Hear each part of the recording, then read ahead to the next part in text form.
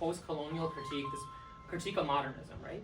It's particularly thinking about the end of colonialism, end of imperialism, and then a post-colonial Marxist ethos.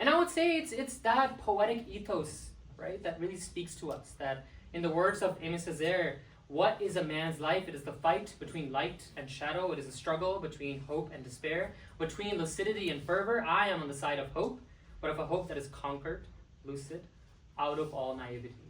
I think it is that hope that we see in Danish's poetry.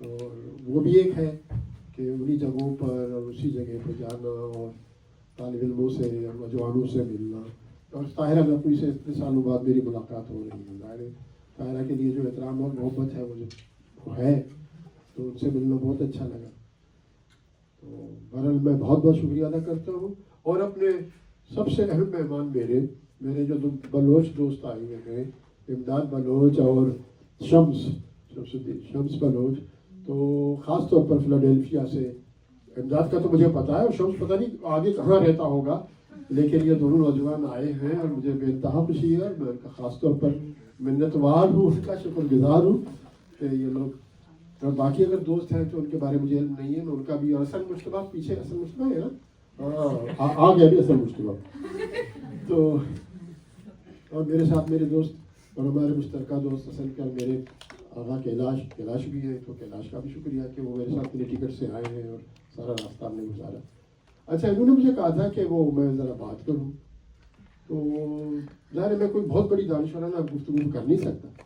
میں اپنی صرف وہ شاعرانہ جو process ہے جس کے بارے میں تھوڑا سا انہوں نے اشارہ کیا, اور اپنے کچھ تجربات ذہنی طور پر کہ پاکستان میں رہتے ہوئے کیسے بہت ساری حقیقتیں نہیں کھلتی.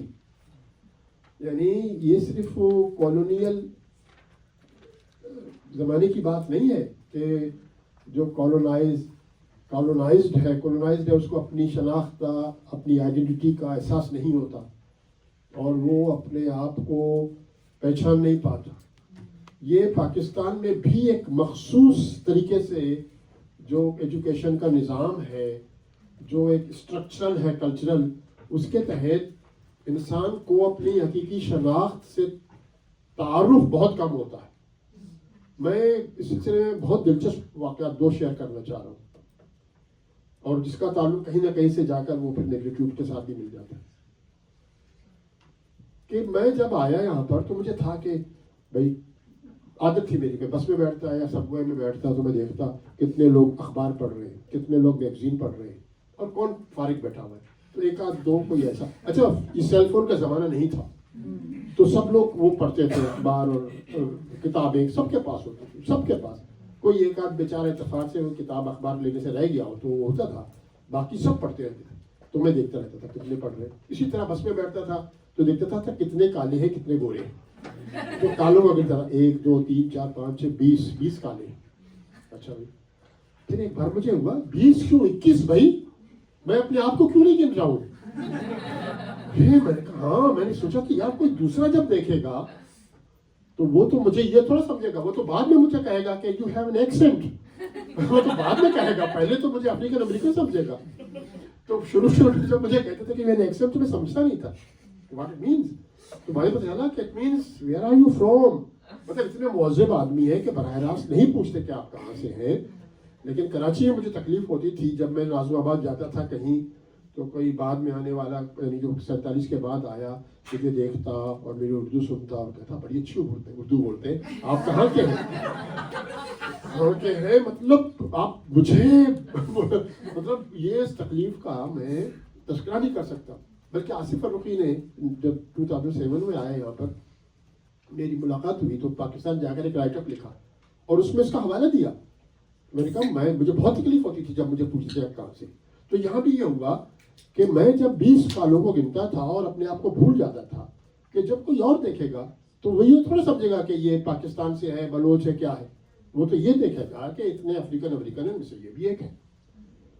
تو پھر مجھے ہوا کہ وہ پاکستان میں رہتے ہوئے, کراچی میں رہتے ہوئے, اردو پڑھتے ہوئے, اردو بولتے ہوئے, اردو خاتون سے شادی کرنے کے بعد, یعنی میں جب اپنے آپ کو ایسے پاکستانی سوچتا ہوں تو میں اپنے آپ کو بلوچ اور کالے کے نہیں سوچ رہا, بلکہ میں اپنے آپ کو جو براؤن یا انڈین جسے کہتے ہیں اس کے طور پر سوچ رہا ہوں.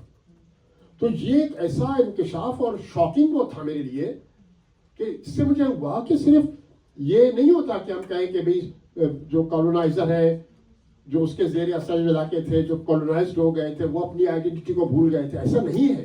بلکہ بعض اسٹیٹ میں جو بظاہر آزاد ہے وہاں بھی جب آپ ایک کلچر, ایک زبان اور ایک لاگو کرتے ہیں ایک طرح سے دوسری زبانوں پر, تو باقی جو دوسری زبانیں ہوتی ہیں, قومیتیں ہوتی ہیں, ان کے لوگ اپنی شناخت سے بیگانہ ہو جاتے ہیں اور ان کو اس کا ادراک نہیں ہوتا. تو یہ میرے لیے بہت ہی ایک عجیب مطلب ایک ایکسپیرینس تھا یہاں کا.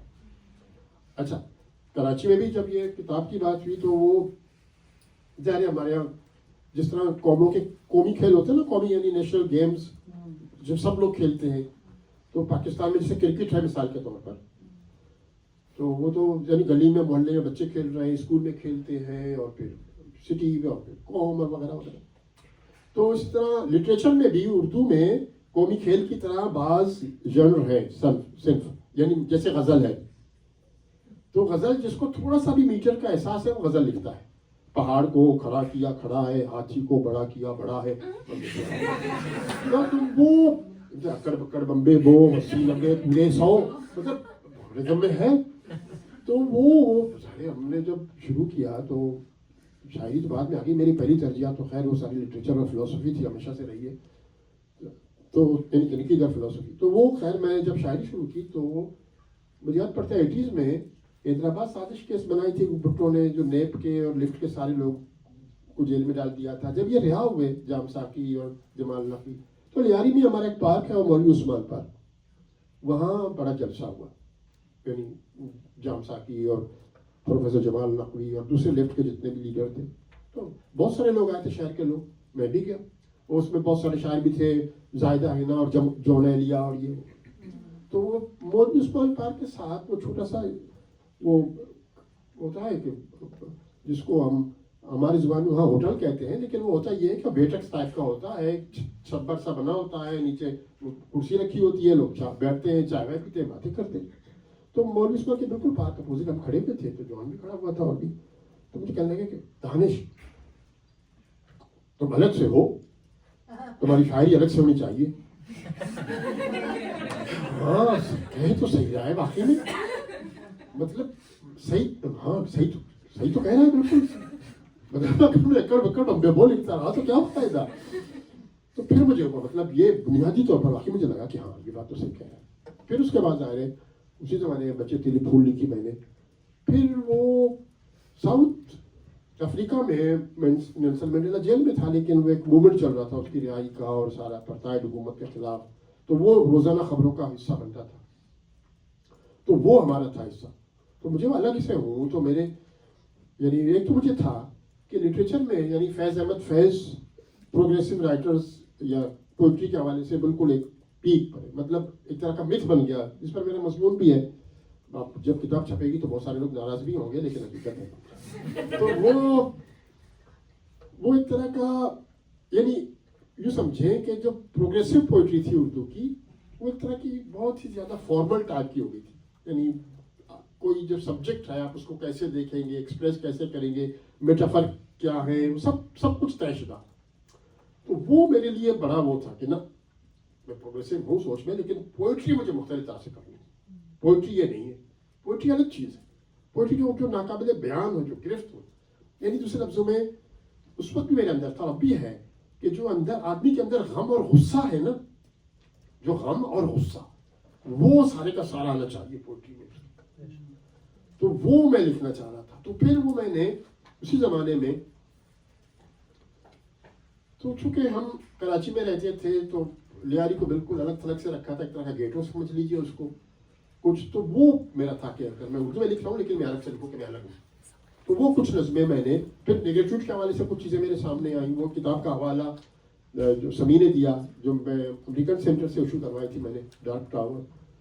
تو وہ ساری چیزیں ملا کے جب وہ ہوئی تو پھر کچھ نظمیں جو یہ جو نیگیٹیوڈ کے ساتھ جوڑی جا سکتی ہیں, یا پھر میں نے اپنے لہجہ الگ سے بنایا. پھر وہ ضیاء الحق کے زمانے میں ظاہر ہے پورا موومنٹ چل رہا تھا, تو وہ ہمیں بیشتر چیزیں وہ جلسے جلوس میں پڑھتے تھے. تو وہ سارا تھا, بچے تیلی پھول اور دوسری چیزیں, بیشتر چیزیں بنتی. بلکہ اس زمانے میں عجیب باتیں میں شیئر کرتے ہوئے اچھا لگے گا جتنی دنوں میں آپ, کہ 85 کی بات ہے, تو گولڈن جوبلی کانفرنس ہو رہی تھی پروگریسو رائٹرز ایسوسی ایشن کی لنڈن میں. تو سفتی حسن ذات زندہ تھے اس سال, اس کے 1 سال بعد میں انتقال ہو گیا. تو وہ مجھے اظہر عباس جو جیو کے وہ ہے ڈائریکٹر یا کچھ ہے اس وقت, انہوں نے مجھے میسج دیا, مجھے کہا کہ آپ کو سفتے بھائی نے بلایا, یعنی سفتی حسن نے. تو میں گیا, تو کہنے مجرم سے وہ غزل لی مجھ سے اور بہت ساری نصیحتیں کی مجھے. ان کو لگا کہ میں کیئر نہیں کرتا اپنی رائٹنگ کے بارے میں, مطلب لکھ لیا بول دیا بس ختم. تو مجھے پتہ لگا کہ نہیں, پہلے کیئر کرنا پڑتا ہے, سنبھالنا پڑتا ہے, بعد میں بالکل لاپرواہی برتے ہیں لیکن ابھی نہیں. خیر مجھے پتہ نہیں تھا, وہ میں نے دے دیا. تو وہ لنڈن کانفرنس میں BBC میں جب بات کی تو انہوں نے وہ بچے تتلی پھول یعنی نئی نسل کیسے شاعری کرتی ہے, کون سی شاعری ہے پروگریسو, تو وہ اس نے میری غزل پڑھی اور میرا حوالہ دیا اس میں وہاں پہ. تو مجھے جب لوگوں نے بتایا تو میرے لیے بڑی اعزاز کی بات تھی, مجھے مطلب خوشی ہوئی کہ ہاں مطلب یہ بہت بڑی بات ہے. تو بہرحال وہ پھر میں نے اپنے حساب سے اپنا راستہ بنانے کی کوشش کی. اور یہ جو میری کتاب ہے بچے تتلی پھول, حقیقت یہ ہے کہ یہ وہ زمین تھی میرے لیے جہاں سے کھڑے ہو کر میں نے اصل شاعری کرنی تھی. اصل بات بتاؤں گا, یعنی یہ وہ زمین تھی جسے آدمی محنت کرتا ہے نا کہ فضا بنا کے, تو میرے لیے وہ زمین تھی شاعری کی. یعنی اس کے بعد مجھے اصل شاعری کرنی تھی, لیکن وہ شاعری کا برڈن اتنا زیادہ ہے, اگر آپ صحیح معنوں میں اس کو فیل کرتے ہیں تو اس کو نارملی آپ سہ نہیں سکتے. یعنی اگر آپ کو اس سے غرض نہیں ہے کہ آپ کو لوگ شاعر سمجھیں, آپ کا نام ہو, اخبار میں آپ آئیں یا لوگ آپ کے انٹرویوز کریں اور اس کو آپ ایک اپنے وجود, اپنے ایگزسٹنس کے ایکسپریشن کے لیے استعمال کرنا چاہتے ہیں, تو پھر اس کا اظہار اتنا آسان نہیں ہے. تو وہ مجھے لگا, جیسے میں نے کتاب کے پریفیس میں بھی لکھا ہے کہ وہ جو لاتعلقی ہے وہ تو کراچی یا اردو کی جو ادبی فضا ہے جس میں وہ ایک طرح سے کلیشیز پر زیادہ ہے سارا, یعنی لٹریری کرٹیسزم بھی بیشتر کلیشیز پر, پوئٹری بھی کلیشیز پر. پھر اگر کوئی اچھا شاعر ہے, الگ تھلگ بیٹھا ہے, وہ PR VR نہیں کرتا یا مین اسٹریم کا حصہ نہیں ہے, تو اس کو دریافت نہیں کرتے جیسے یہاں پر دریافت کرتے ہیں. تو کوئی اگر بہت نامعلوم شاعر ہے, کہیں بیٹھا ہوا ہے, اس کی چیز کوئی پبلشڈ ہو گئی, کسی نے دیکھ لیا, اس کو اچھا لگا تو کہے گا ہاں بھائی بہت اچھی چیز ہے. وہاں ایسا نہیں ہے اردو دنیا میں. وہاں یہ ہے کہ پہلے آپ اپنی شہرت کماؤ. اب اس کا نتیجہ کیا نکلا کہ لوگ کوالٹی سے زیادہ کوانٹٹی پر زور دیتے ہیں. یعنی ایک سال میں آپ 4 کتابیں چھاپ دیں, پتا چلا آپ کی پوئٹری کی عمر کو 10 سال ہو گئے اور آپ کی 30 کتابیں آ گئی ہیں. اور میں صحیح بتا رہا ہوں آپ کو. تو وہ یہ اب اس میں یہ ہو گیا, یعنی سارا زور کوانٹٹی پر ہے. کوانٹٹی پر اس لیے ہے کہ تاکہ آپ نظروں میں آئیں اور لوگ, بلکہ میں نے جگہ لکھا, کچھ لوگ ناراض پوسٹ لگائی تھی میں نے, یہ جو کانفرنس ہوتی ہے وہ کیا ہے, وہ یہ کہ ہر شاعر ادیب دوسرے مشہور شاعر ادیب سے مل کر اپنے آپ کو یقین دلاتا ہے کہ میں بھی شاعر ادیب ہوں. یعنی اس کو اپنے وجود کی, اپنی تخلیقی کام کی گواہی کے لیے دوسرے کی گواہی چاہیے ہوتی ہے, خود اپنی گواہی ناکافی ہے. تو اس لیے تو لوگ جاتے ہیں شوق سے, یہاں سے پیسہ خرچ کر کے جاتے ہیں, امریکہ سے, یورپ سے, آسٹریلیا سے. کراچی میں کانفرنس سب جا رہے ہیں, تصویریں کھنچوا کے فیس بک پہ لگائیں, اچھی بات ہے. لیکن مسئلہ یہ ہے کہ یعنی جب کسی لکھنے والے کے وجود کی بنیادی اس بات پر ہو کہ وہ اپنے آپ کو آئیڈینٹیفائی کرے کسی مشہور ادیب کے ساتھ, یعنی یہ بتائیں کس کس ادیب سے اس کے تعلقات ہیں, تو وہ اہم ہے. تو آپ کا تو وجود تو ختم ہو گیا نا, آپ کی بات تو ختم ہو گئی. تو کراچی کے جو فضاتی ادبی وہ یہ اس میں جو ہے وہ میرے لیے مطلب مجموعی طور پر شاعری کہنا یا لکھنا, اور شاعری کو میں سہ بھی نہیں پا رہا تھا, سچی بات بتاؤں, اس لیے کہ شاعری صرف وے آف تھنکنگ نہیں ہے, وے آف لیونگ بھی ہے کہ آپ اس میں جیتے ہیں. لاجیکلی چیزوں کو تجزیہ کرنا آسان ہے, غزہ میں جو کچھ ہو رہا ہے, جیسے بچے جس طرح سے رہ رہے ہیں, مطلب پتہ چلا پریگنٹ عورت ہے, دم کا یہ بچہ پہ, مطلب یہ تو کسی بھی شاعری سے, کسی بھی فکشن سے بڑی ریالٹی ہے, بڑی بات ہے. اس کو آپ کیسے بیان کریں گے مجھے بتائیے, جب آپ کی ریالٹی اتنی زیادہ سخت تکلیف دہ ہو. تو اگر آپ اس کو تخلیق کی سطح پر بیان کرنا چاہیں گے تو آپ لفظ کہاں سے لائیں گے, کیا لفظ لائیں گے, اس سے زیادہ بڑا مطلب جب آپ کی حقیقت اتنی سخت ہو. تو وہ یہ جو احساس ہے, تو اس کے ساتھ شاعری کرنا یا شاعری کے ساتھ جینا, تو وہ اتنا آسان کام نہیں ہے. سارے میرے لیے مطلب آسان کام نہیں تھا. تو میں تو مطلب ویسے بھی مجھ پر تہمت ہے کہ میں نے کئی سال پاگل بن کے گزارے ہیں, لیکن یہ کہ اس کے ساتھ تو نہیں کیا جا سکتا. تو وہ میں نے پھر آہستہ آہستہ میں کہا اس کو میں سہ نہیں سکتا اپنے اس کیفیت کو.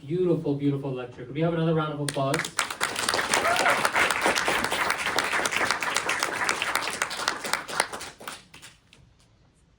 Difficult to follow that up. Could we have everyone just move towards the center? There's people also waiting on the sides, making sure there's some like seats here as well. If you want to come up here. Yeah.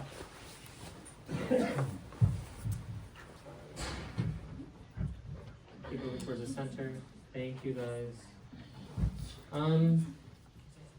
Yeah, I mean, I think it's really important to think about this question of poetry, right? That Danish Sahab is raising,